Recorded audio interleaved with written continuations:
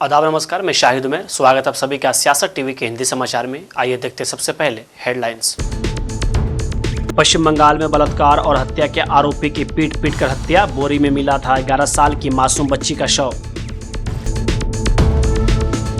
TMC टूटने के बाद कम नहीं हुई ममता बनर्जी की ताकत। उनके बिना राज्यसभा की एक सीट भी नहीं जीत पाएंगे ऋतुव्रता बनर्जी।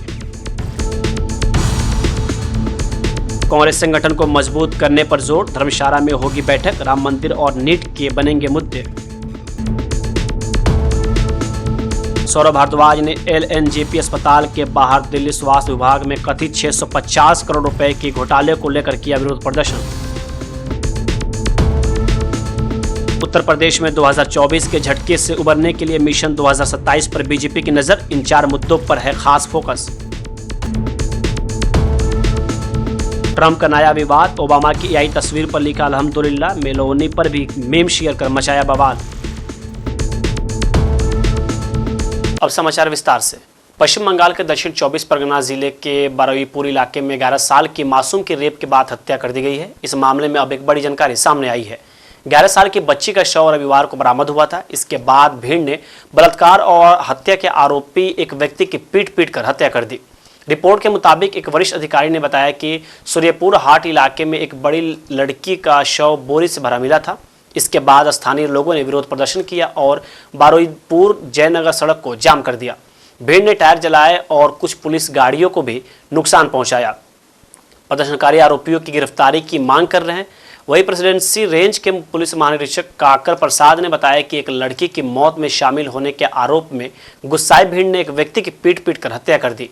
पुलिस ने बताया कि लड़की की मौत के मामले में 4 लोगों को भी गिरफ्तार किया गया है।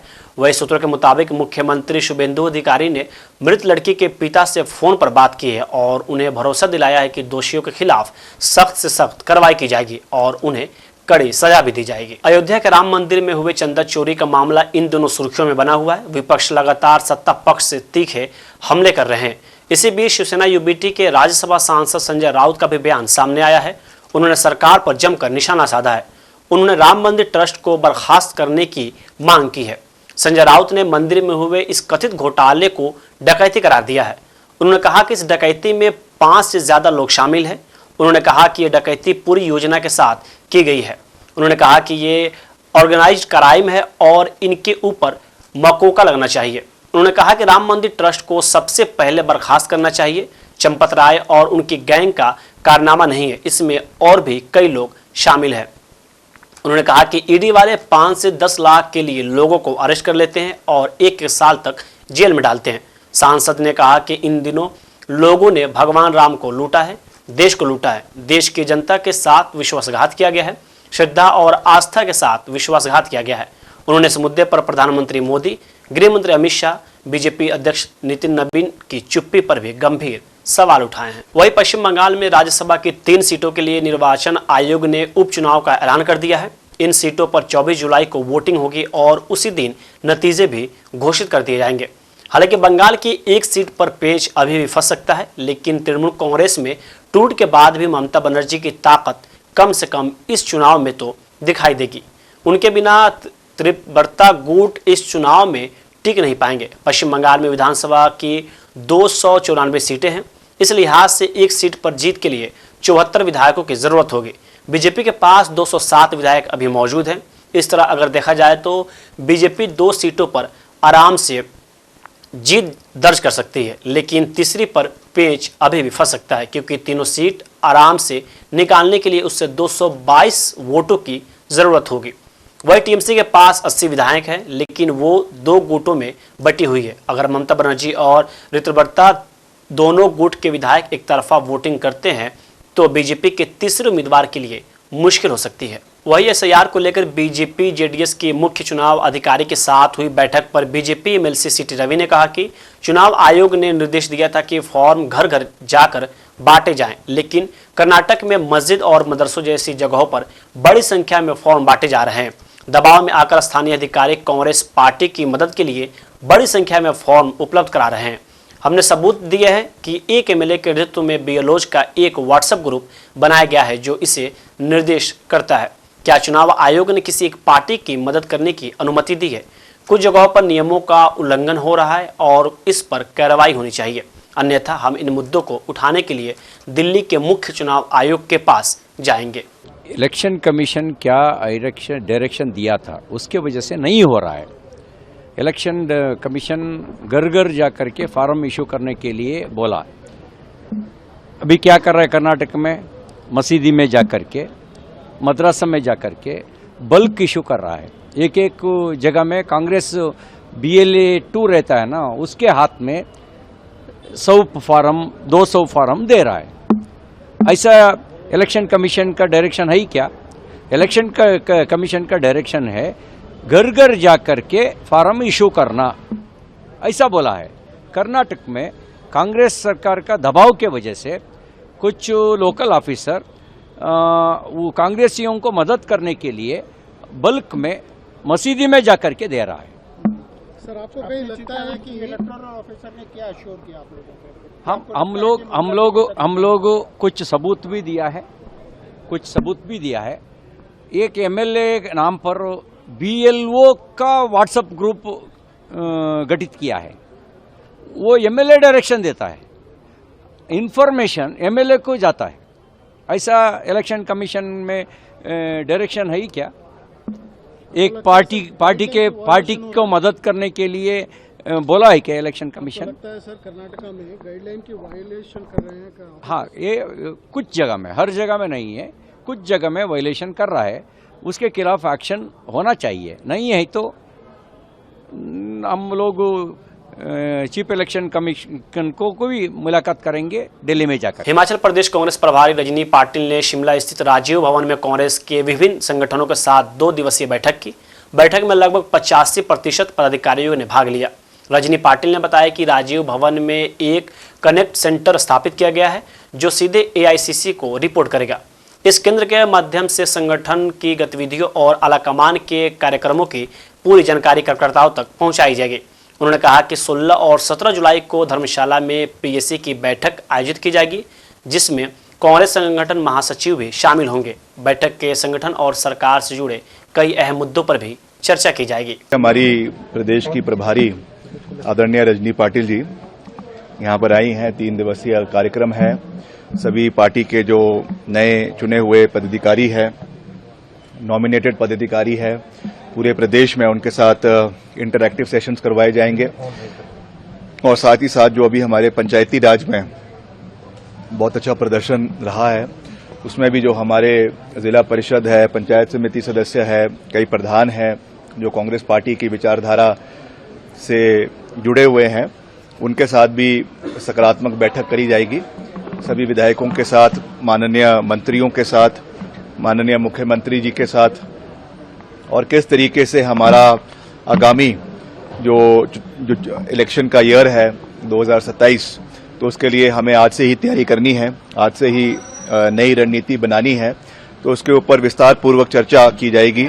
जो भी हमारे पार्टी के निर्देश होंगे, हमारे स्टेट इंचार्ज के जो व्यूज होंगे, हमारे पार्टी के अध्यक्ष श्री विनय कुमार जी के व्यूज होंगे, हमारे मुख्यमंत्री जी के व्यूज होंगे, और हम सब के भी उसमें व्यूज रखेंगे।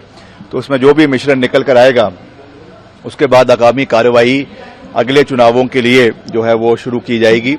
और साथ ही साथ जो सरकार की कार्य हो रहे हैं, कार्य प्रणाली है, उसके ऊपर भी चर्चा करेंगे। क्या उसमें अच्छे काम हुए हैं, क्या उसमें कुछ कमियां भी रही है, रहती भी है, सब सारे काम पूरे नहीं हो सकते हैं। तो उसके ऊपर भी हम एक फोकस करेंगे कि कैसे कैसे हमें आगे बढ़ना है और मिलकर जो है वो कांग्रेस पार्टी को सशक्त करना है, मजबूत करना है धरातल के ऊपर। उसके ऊपर हमारे जितने भी वरिष्ठ पार्टी के सभी नेता हैं, कार्यकर्ता हैं, उसके ऊपर जो है मंथन करेंगे, विचार करेंगे। वहीं दिल्ली में हुए स्कैम को लेकर आम आदमी पार्टी दिल्ली के अध्यक्ष सौरभ भारद्वाज ने बीजेपी की रेखा गुप्ता सरकार पर जमकर निशाना साधा है। उन्होंने सोशल मीडिया प्लेटफॉर्म पे पोस्ट करते हुए लिखा कि दिल्ली में 650 करोड़ रुपए का हेल्थ स्कैम हुआ है। 10 लाख रुपए की एक्सरे मशीन 33 लाख रुपए में खरीदी गई है। 2.5 रुपए वाले ORS पैकेट 15 रुपए में खरीदे गए हैं। 150 रुपए की बेडशीट 450 रुपए में खरीदी गई है। और दावा यह है कि डॉक्टर वत्सला अग्रवाल ने यह सब किया है। क्या यह मुमकिन है? उन्हें DGHS यानी director general of health services किसने बनाया? दूसरे सीनियर अधिकारियों और डॉक्टरों को नजरअंदाज करके उन्हें प्रमोट किसने किया? विजिलेंस जांच के बावजूद उन्हें डीजीएचएस किसने बनाया? अस्पतालों की सारी ताकत छीनकर डीजीएचएस और सीपीए को सौंपने वाला नया कानून किसने बनाया? उन्होंने इन सभी चीजों का आरोप रेखा गुप्ता की सरकार पर लगाया है। उन्होंने कहा कि उन्होंने मिलकर यह पूरी साजिश रची है और अब आप कहते हैं कि मुख्य आरोपी भाग गया है जबकि किसी और को पकड़ लिया गया। में 650 करोड़ का स्वास्थ्य घोटाला हो गया। 10 लाख रुपए की एक्सरे मशीन 33 लाख में खरीदी गई। 2.5 रुपए का ओआरएस 15 रुपए में खरीदा गया। 150 रुपए की चादर 450 रुपए में खरीदी गई और कह रहे हैं सब कुछ जो है डॉक्टर वत्सला अग्रवाल ने कर दिया। 650 करोड़ का घोटाला डॉक्टर वत्सला अग्रवाल डीजीएचएस ने कर दिया। क्या ये संभव है? इनको डीजीएचएस किसने बनाया? रेखा गुप्ता की सरकार ने। बाकी सीनियर ऑफिसर्स और डॉक्टर्स को बाईपास करके इनको किसने तरक्की दी? रेखा गुप्ता की सरकार ने। विजिलेंस इंक्वायरी के बावजूद इनको डीजीएचएस किसने बनाया? रेखा गुप्ता की सरकार ने। ये नया कानून किसने बनाया कि अस्पतालों की सारी पावर छीन के डीजीएचएस को सीपीए को दे दी जाएगी? रेखा गुप्ता सरकार ने। तो सारा का सारा षड्यंत्र आप लोगों ने किया, मिलके किया और अब आप कह रहे हैं वो भाग गया जो मुख्य आरोपी है और इसको पकड़ लिया। जो राजीव रंगीला इसके अंदर मास्टरमाइंड था उसके विषय में हमने बार बार कहा उसको गिरफ्तार करो। 1 महीने तक एसीबी ने उसको गिरफ्तार नहीं किया, वो जर्मनी भाग गया। अब कैसे होगी इस केस की पूरी छानबीन? होगी नहीं, क्योंकि इसके अंदर ऊपर के राजनेताओं के तार जुड़े हुए हैं। लेकिन बीजेपी ये कह रही है आप लोग के आरोपों पर कि अगर हमारे मन में कोई खोट होता तो हम इसकी जांच साजिश ही नहीं, जैसे मुख्यमंत्री ने खुद आगे बढ़कर झूठ बोल रही है मुख्यमंत्री पूरी तरह से झूठ बोल रही है। एसीबी की एफआईआर आप पढ़िए, उसके अंदर रेखा गुप्ता का नाम भी नहीं है। शिकायतकर्ता का नाम हमेशा एसीबी की एफआईआर में होता है, वहां पे लिखा हुआ है गुप्त सोर्स। तो रेखा गुप्ता गुप्त सोर्स हो गई। अब मुख्यमंत्री भी गुप्त सोर्स बन गए क्या?